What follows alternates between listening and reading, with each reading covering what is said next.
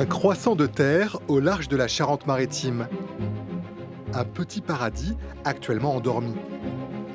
À cette époque de l'année, un seul restaurant est ouvert pour accueillir les quelques touristes.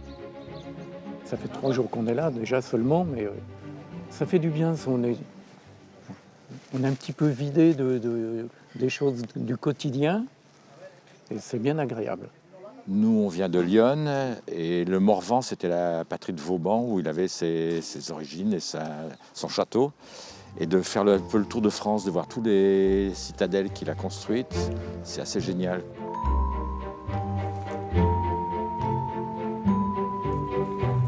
Clean.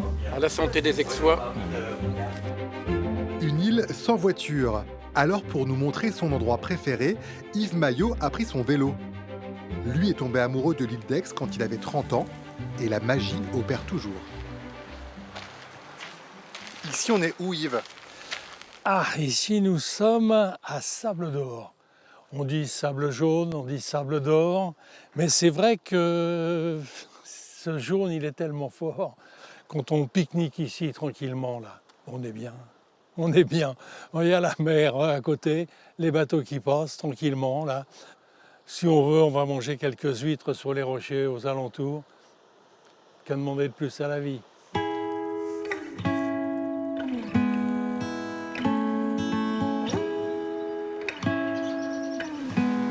Le voyage sur l'île d'Aix commence toujours par une croisière.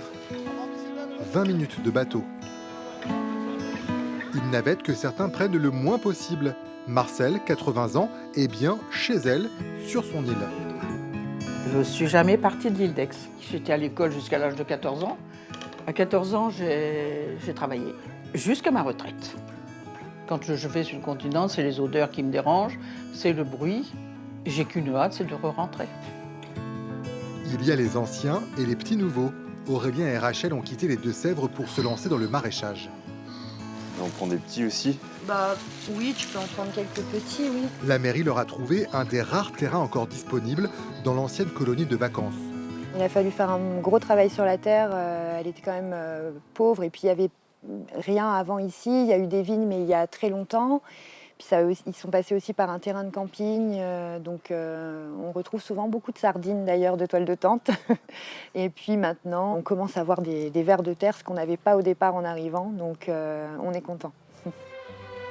L'île d'Aix évolue avec ses nouveaux habitants et ses nouveaux commerces grâce au tourisme. 150 habitants l'hiver, jusqu'à 8000 personnes par jour en plein été. Elle est soumise à une forte pression. Et il y a une menace encore plus directe. La mer, il gagne du terrain par endroits. Donc ça, c'est embêtant.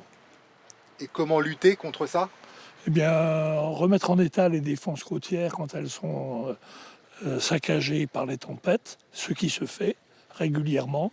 Mais que peut-on faire contre la mer quand elle monte trop haut et poussée très fortement par les vents ? On ne peut pas faire grand-chose, quoi. Une ombre au tableau. Mais dans l'immédiat, c'est le début de la saison. Les Aixois vont recevoir de plus en plus de visiteurs. Leur paradis en partage.